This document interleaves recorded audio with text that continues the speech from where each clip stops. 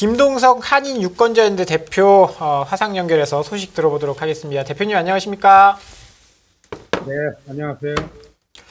네, 먼저 미국의 중간선거 제도라는 것에 대해서 간략히 한 번만 설명을 좀 부탁드리도록 하겠습니다. 미국의 선거가 일반 선거, 제너럴 일렉션이랍니다. 일반 선거가 있고, 그 다음에 중간 선거 있고, 중간 선거에 대비되는 건 사실 대통령 선거입니다. 대통령 임기 4년이고, 임기 2년 차에, 이제 중간에 실시된다 그래서 중간 선거인데요. 사실 민심을, 그 당시 민심을 반영하는 워싱턴의 모습을 보려면 중간선거 성적을 갖고 보기 때문에 무슨 정책을 만들거나 2년 후에 대통령 선거를 준비하는 데 있어가지고 가장 기본이 되는 부분들이 이 중간선거에 나오죠. 그래서 미국은 누차 이 방송에서도 제가 말씀드렸는데 워싱턴은 사실 하원 정치입니다. 하원은 국민을 대표하는 거고 상원은 주를 대표합니다. 그래서 이번 중간 선거에도 뭐 이미 뉴스에 많이 나갔지만은 자, 하원의 선거가 어떻게 결론이 날 건가에 굉장히 초미의 관심사고, 이 경제 문제 포함한 모든 미국의 대외 정책도 하원에서 어떻게 얘기가 만들어져서 논의가 되느냐에 따라 가지고 크게 방향이 바뀌기 때문에 이 하원이 어느 당이 얼만큼 왜 이렇게 선거 결과가 나왔느냐가 관심이죠. 그래서 이번 선거는 바이든 대통령 2020년 선거 이겨가지고 21년 1월에 취임했습니다. 2년 만에 치러지는 첫 선거, 중간 선거, 굉장히 중요하죠. 전통적으로 중간 선거는 집권당, 다시 말해서 지금 바이든 정부가 이길 수가 없는 선거입니다. 역사적으로 중간 선거는 꼭 현재 정부를 평가하는 유권자 표심을 가지고 그 투표가 진행되기 때문에 늘 집권당이 백악관을 차지한 정당이 졌습니다. 지난 한 30년 동안에 이 중간 선거의 성적을 보면은 이제 나중에 말씀드리겠지만은 어제 실시돼서 이제 결과가 막 나오는 이번 중간 선거의 성적이 왜 이렇게 나올 수 있는 게 이게 어떻게 봐야 되니라는 결론이 나오는데요. 중간 선거는 집권당이 늘 의석수를 잃을 수밖에 없고, 그 다음에 의회의 주도권을 잃을 수밖에 없는 선거고, 다만 얼마나 작은 차이로 지느냐가 집권당 정부의 목표가 되겠습니다.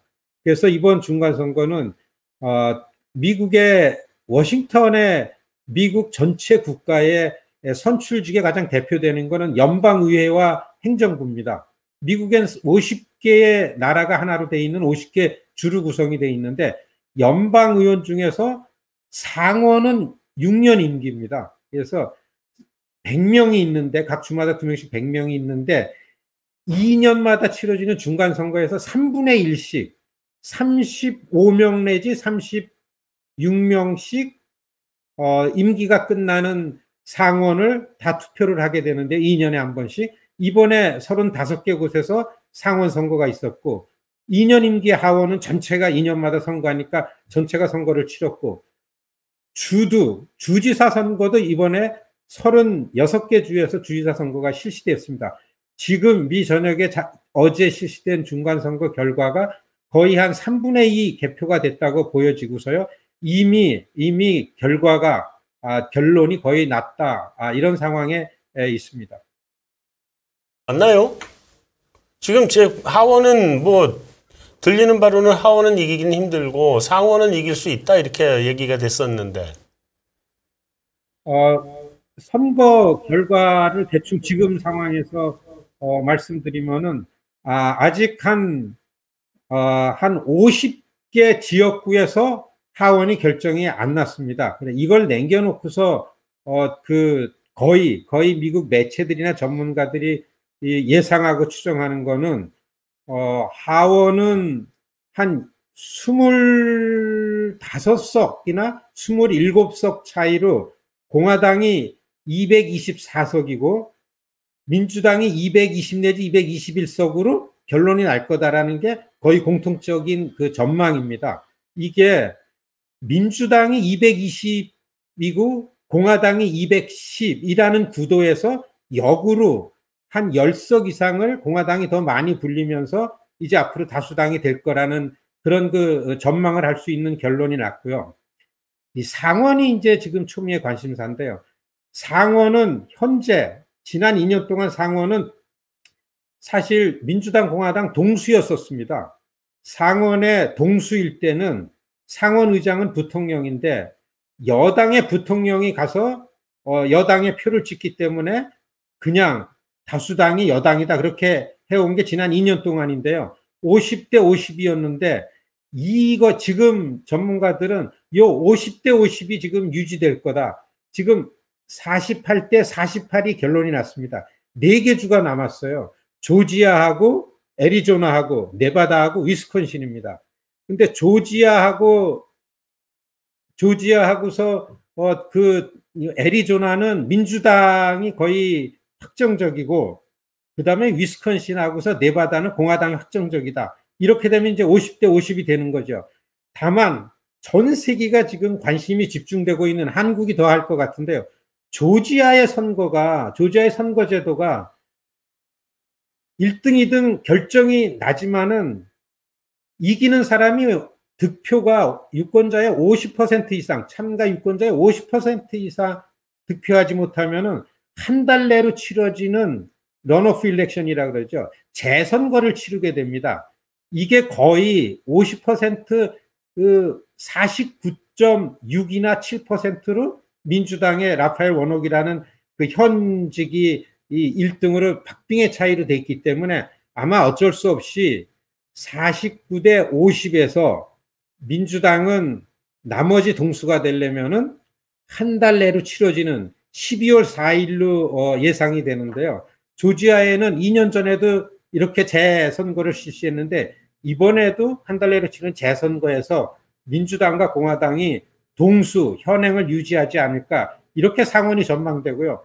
주지사 선거에서는 오히려 민주당이 한 곳 내지 두 곳에 선전한 걸로 나옵니다. 주지사는 36곳에서 선거가 있었는데 지금 6곳이 개표가 되지 않고 있는 상황이고 6개 나눈 중에서 30개 중에서는 민주당이 14곳, 공화당이 16곳 이렇게 해서 오히려 그 민주당이 2곳을 더 탈환함으로써 전반적으로 일반적으로 볼 때는 예상과는 다르게 이번 중간 선거는 집권당인 민주당이 굉장히 크게 선방했다. 이렇게 미국 시민 눈에서 보이는 것이 이번 선거 결과입니다. 제가 추가로 하나 질문 더 드릴게요. 상원이 조지아가 재선거를 하게 돼도 민주당이 50개 하고 공화당이 49개 아닌가요? 지금 보기는 그렇게 보고 있는 것 같은데. 지금은 알래스카가 하나 남겨두고 있기 때문에 수치가 그렇게 나오는데요. 알래스카는 지금 1등, 2등 다투는 게 다 공화당 후보입니다. 그래서 그거는 공화당으로 계산을 하고 하는 게 낫기 때문에 4개가 남겨둔 동수다. 이렇게 보는 게 지금 그 데이터입니다. 네, 알겠습니다. 그러면 지금 선거 결과가 사실 예상은 이제 많은 이제 전문가들 이쪽에서 공화당이 이길 거라고 생각을 했었는데 예상 외로 민주당이 조금 선전을 하고 있단 말이에요. 그러면 앞으로 어떤 큰 변화가 있을지 뭐 바이든 대통령의 정책을 조금 더 강하게 밀고 나갈 수 있을지 정치 전망과 함께 좀 전망을 좀 해주시면 어떨까요? 사실 선거 임박해서요. 한 일주일 임박해서 굉장히 불안했습니다. 선거 임박해서 여론조사 기관이라든지 전문가들이 갑자기 눈에 보이게 나타난 게 레드웨이브 현상 때문에 미 전역이 굉장히 전문가들이 긴장했습니다. 특히 금융시장 마찬가지인데요. 이게 지난 8월 달에 인플레이션 감축법안이라는 바이든 정부 들어와서 의회에서 경제 측면에서 첫 성과를 냈습니다. 그리고 그때서부터 미국의 가솔린 가격이 좀 낮춰졌죠. 거기다가 낙태라는 부분에 있어서 오히려 바이든 정부 입장이 일반 시민들의 지지를 받으면서 대통령 지지율이 좀 회복되고 앞으로 있을 중간선거에 민주당이 좀 좋은 조짐이 있다라는 이런 흐름으로다가 오다가 선거 열흘 전서부터 미국의 유권자 표심이 갑자기 가솔린 가격이 좀 올라갔습니다. 그리고 인플레이션에 관한 전망이 어둡다라는 이 공화당 쪽의 공격적인 캠페인에 의해서 표심이 바뀌고 있다라는 워닝이 나왔기 때문에 굉장히 금융시장도 긴장을 하고 미국의 전문가들이 이게 공화당 싹쓸이고 되지 않을까라는 이런 그 워닝이 있었는데 막상 개표를 해보고 나니까 그런 기우가 있었지만은 민주당이 된다. 사실 지난 30년 동안 중간 선거를 보면은요, 이게 왜 민주당의 승리고 선방이라고 보나 하면은 지난 한 30년 동안 초선 대통령이 맞이하는 첫 중간 선거에서 엄청나게 졌습니다.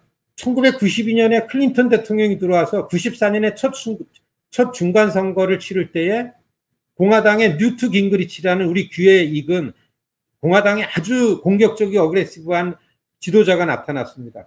이거를 상대하느라고 했을 때에 클린턴이 거의 45석을 잃은 참패를 겪었습니다. 이게 첫 중간 선거죠. 그러다가 2000년에 조지 W 부시 대통령이 들어왔지만 2002년에 첫 중간 선거에서는 오히려 부시 대통령이 이겼습니다. 그때는 좀 예외였죠. 2001년 테러 때문에 현직 대통령을 중심으로 미국 위험하다, 뭉치자 이런 분위기 때문에 그거는 부시 대통령이 유지했지만은 여러분 기억하시겠지만은 2008년에 등장한 오바마 대통령 2010년 첫 중간선거 치를 때요 65석을 잃어버렸습니다. 첫 중간선거에서요. 그리고서 그 다음에 2018년에 트럼프 대통령 첫 중간선거가 거의 50석에 이르는 하원 의석을 잃으면서 참패를 했죠. 그래서 이번에 선거 직전에 전문가들이 하원에서 최소한 35석 내서 40석을 잃으면서 공화당이 뒤엎을 거다라는 게 선거 임박해서 굉장히 전문가들 입에서 많이 나왔었습니다. 그런데 지금 거의 개표 완료 눈앞에 두고서 나오는 데이터가 25 내지 27석 차이로 공화당이 이기는 거는 이거는 평가가 민주당이 선방을 했다. 이렇게 보기 때문에 이번 중간선거 결과를 민주당이 어떻게 보면은 잘했다라는 결론을 갖고 특히 상원 선거에서도 하나 내지 두 개를 내줄 수밖에 없다라는 여론조사 기관이 발표를 했기 때문에 민주당에서도 지지 않겠는가라는 민주당 전문가들도 나왔었는데 지금 현행 유지라는 결론을 지금 갖게 되는데요. 이렇게 되면은 미국 사회가 좀 안정이 되고 이게 좀 앞으로 좀 예상을 할 수 있고 불확실성이 좀 제거되고 그러지 않겠는가. 워싱턴 정가가 그렇게 크게 흔들리지 않겠다. 이런 전망을 하기 때문에 그렇지만은 민주당 바이든 대통령이 그래도 막바지에 표심은 경제에 민심이 꽂혀 있는데 막바지에 지지율을 좀 추스려서 선거를 이만큼 치를 수 있었던 거는 사실 지난 8월 중순에 만들어낸 인플레이션 감축 법안의 영향이 큽니다. 그렇기 때문에 바이든 정부가 만들어낸 이런 의정 성과라는 부분이 앞으로 계속해서 더 그쪽으로 갈 거다라고 보여지면은 이 아메리카 퍼스트라든지 미국이 어렵기 때문에 미국 우선주의라는 경제 안보 모든 측면에서는 이런 정책이 더 강화될 거다. 이렇게 예상하는 게 맞다고 봅니다. 네. 어쨌든 이번 중간선거 결과가 지금 예상했던 대로 나오기만 하면 그동안에 어쨌든 일각에서 우려했던 바이든 대통령의 레임덕 현상은 오지 않을 거다라고 예상을 해도 될 것 같은데요. 그러면 이제 이런 여건 하에서 미국의 이제 그 외교 부문의 현안, 그러니까 두 가지죠. 하나는 중국하고 관계, 그다음에 또 하나는 뭐 최근에 뉴스에 나왔습니다만 그 우크라이나 전에서 젤렌스키 보고 협상을 계속 좀 해라라고 압력을 넣었다 그러는 것 같은데 그 러시아 대 우크라이나 전쟁 앞으로 지금 어떻게 될 거라고 예상을 하시나요? 사실 미국의 정치 흐름을 보고 전망할 때 외국에서 보는 관점하고 예상하고 미국 시민 입장, 미국 내 워싱턴 현실에서 보는 거하고 좀 차이가 있습니다. 지난 바이든 2년 동안에도 계속 유지된 거는 외교 안보 측면에서는 뭔가 변화가 불가피할 정도로 이견이나 다른 충돌이 별로 크게 없었습니다. 극단적인 정파적으로 양당이 굉장히 싸움을 일관하지만은 그래도 외교나 안보 측면에서는 바이든 정부가 내세운 기조를 가지고서 추진돼 왔고 앞으로 2년에 있어서도 이거는 유지될 거라고 봅니다. 다만 갑작은 아니지만 일어난 러시아와 미국의 대결이죠. 우크라이나 러시아 전쟁에 대한 입장에 있어서 오히려 상식적으로 보면은 공화당이 미국의 입장을 갖고 강경한 입장을 가질 것 같지만은 지금 외교 안보에 있어서 공화당 쪽을 보면은 공화당의 수장이 되는 하원 의장의 입장을 보는 게 맞다고 봅니다. 케빈 메카시가 이제 곧 1월이 되면은 서열 3위인 하원 의장이 되는데 케빈 메카시의 입장은 지금 미국의 힘으로 우크라이나 전쟁에 개입을 해서 러시아를 이겨내고 이어서 중국과의 관계에 있어서도 미국의 이 힘을 유지한다. 라는 지금 바이든 정부의 불만이 많습니다. 이거는 미국의 힘으로 할 게 아니라 유럽이 책임져야 되고 미국과 그동안 관계를 맺고 미국의 혜택을 받은 미국 사이드에 있는 동맹국들이 나서가지고 하는데 바이든 정부가 동맹국들을 앞장 세워서 미국 우선 정책을 한다라는 게 별 효과가 없다라는 거를 일관되게 비판을 하면서 이거에 있어서는 공화당이 하원 다수당이 되면 손을 보겠다라는 이런 목소리를 강경하게 냈었습니다. 이런 형태로 좀 우크라이나와 러시아 전쟁에 대해서 미국의 개입의 변화가 좀 있지 않을까 이렇게 생각이 되고요.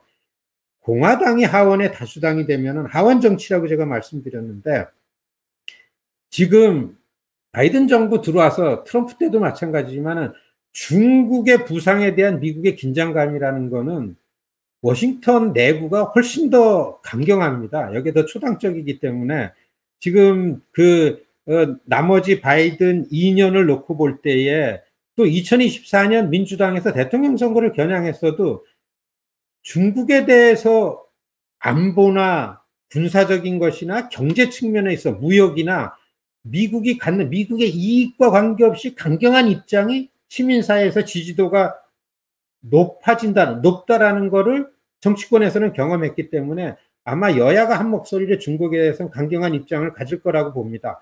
그런데 공화당이 다수당이 되면은 대개 기업이나 시장의 논리나 경제 논리가 민주당보다는 훨씬 더 민감하게 시장 논리에 맞춰서 움직이기 때문에 그런 측면에서 볼 때에는 중국과의 관계에 있어 가지고서 경제 문제와 안보 군사 이런 측면에서는 좀 분리돼서 협상하는 스페이스가 생기지 않을까. 이게 좀 이제 전문가들이 조금씩 조심스럽게 점치는 내용이고요.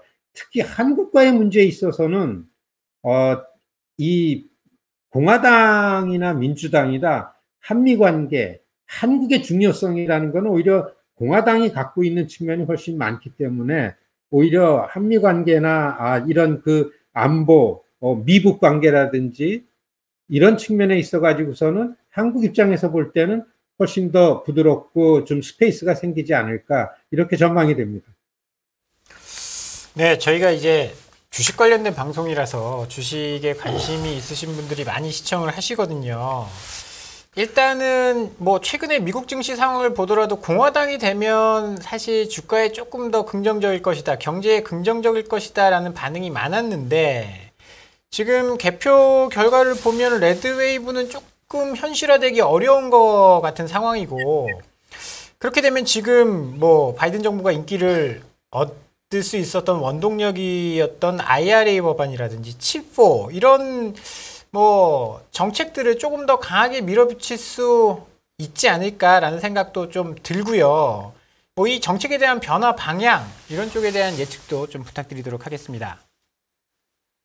제가 지금 뭐 그 한국뿐만 아니라 미국서도 이 인플레이션의 영향을 미국 시민들의 경제 생활에 미치지 않게 하는 게 이제 정치권의 목표인데요. IRA가 사실 보면은 공화당에서 바이든 정부의 IRA 감축 법안에 대해서 전원이 다 반대한 거는 사실 세금을 높이는 부분 때문에 반대한 게 거의 90% 이상 반대한 원인입니다. 다시 말씀드리지만 IRA 내용이 클린 에너지하고서 그다음에는 이 헬스케어입니다. 또 한 가지는 공화당이 반대하는 거는 텍스죠. IRA 감축 법안이라는 거는 정부가 관여를 해서 경제 인플레이션을 감축시킨다 그러는 거에 있어서 부자들한테 돈을 걷어서 이 돈을 일반적으로 시장에 쓴다라는 겁니다. 그걸 어디에 쓰느냐라고 할 때에 이 클린 에너지 환경 보호를 위한 측면에 있어서 예를 들면은 자동차를 가솔린 차를 다 전기차로 바꾸는 데 있어서 정부가 이만큼 돈을 쓰겠다 뭐 이런 거거든요. 그렇기 때문에 이 IRA 감축 법안에서 공화당이 다 반대를 하고 우리는 이 폐기 법안을 낼 거다 다수당이 되면은 그리고서 이거에 대해서 수정안을 내고서 이거는 시행을 못하게 할 거다라고서 이렇게 핏대를 세워서 목소리를 높였던 거는 증세 때문에 그렇습니다. 이 세금을 높인다라고 나오면은 민주공화당이 가장 민감하게 싸우는 거죠. 지지 기반이 굉장히 민감하게 반응을 하기 때문에.